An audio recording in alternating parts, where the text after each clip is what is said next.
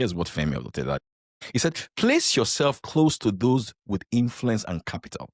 Many Nigerian banks had their headquarters or head offices in Victoria Island. Victoria Island, for those of you who are not Nigerians, the posh areas where the rich and the 1% live and where their HQs are.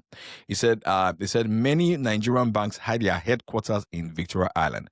Location is critical to corporate packaging.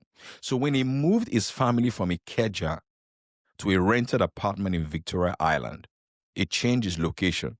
The moment he changed his location, his life and his business began to change. You know, I am a big advocate of traveling. And you will see how traveling actually made him the diesel king of Nigeria very, very soon. You will just see how.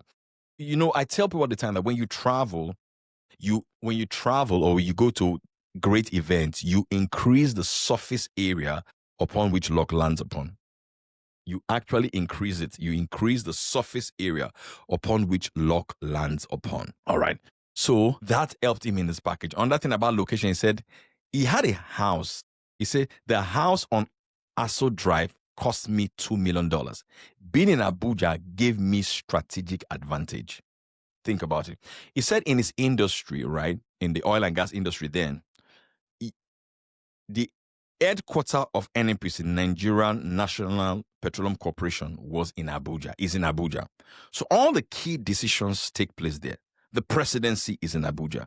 So normally he will go to Abuja once a month to go and strike deals and come back to Lagos. But he said, for me to be strategic, for me to get the lion's share of this industry, I need to sit in the city where power sits. So what did he do? He bought a house in Lagos. Then he said something very, very powerful. He said, while his competitors will come to Lagos, will come to Abuja, they will stay for a few days and come back to Lagos. He bought a house there and he will stay there for months, having meetings, striking deals, and that exploded his business. So location is critically important. Now, here is another thing about the power of location, and this will bless you a lot. He wanted to have direct access to the NNPC for the distribution of his diesel and his petroleum products. It was sort of like buying from other people who had access to the NNPC. But he said to himself, for me to really be the king of diesel, for me to take over this industry, I've got to be connected to the source. And the person in charge of doing the allocation, right? A friend of his introduced him to that person on the phone. So he spoke to the person on the phone and that was it. Then his wife gave birth to their son, I think it's Fewa. And he flew to London for the naming ceremony of his son. And then the next day he had to fly back to Nigeria for business meetings. So he went to Gatwick Airport. The Gatwick Airport is in the UK. He said when he got to the airport, he said he was at the airport. He saw a man walk past him and he was talking to one of his friends. And then his friend said to him, do you know who walked past you? He said, who is that? He said, that's the guy that you spoke to on the phone. That is the guy who is in charge of the allocation in the NNPC. He said he ran after the man.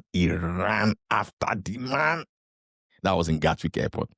He said, I met him by chance at Gatwick Airport. He said, in fact, the man prophesied into his life. That's why I said to people, words are very, very powerful. You know what the man told him? He said, Femi, you are going to become the king of diesel. And that's not the only prophecy. In fact, MKO Abiola, a presidential aspirant who won the presidential race that was annulled June 12th, told him, always used to call him great man. Great man. You know, I believe in the prophetic power of words, and I'm seeing that in the book as well. He said, the man kept calling him, you are the king of diesel. You are the king of diesel.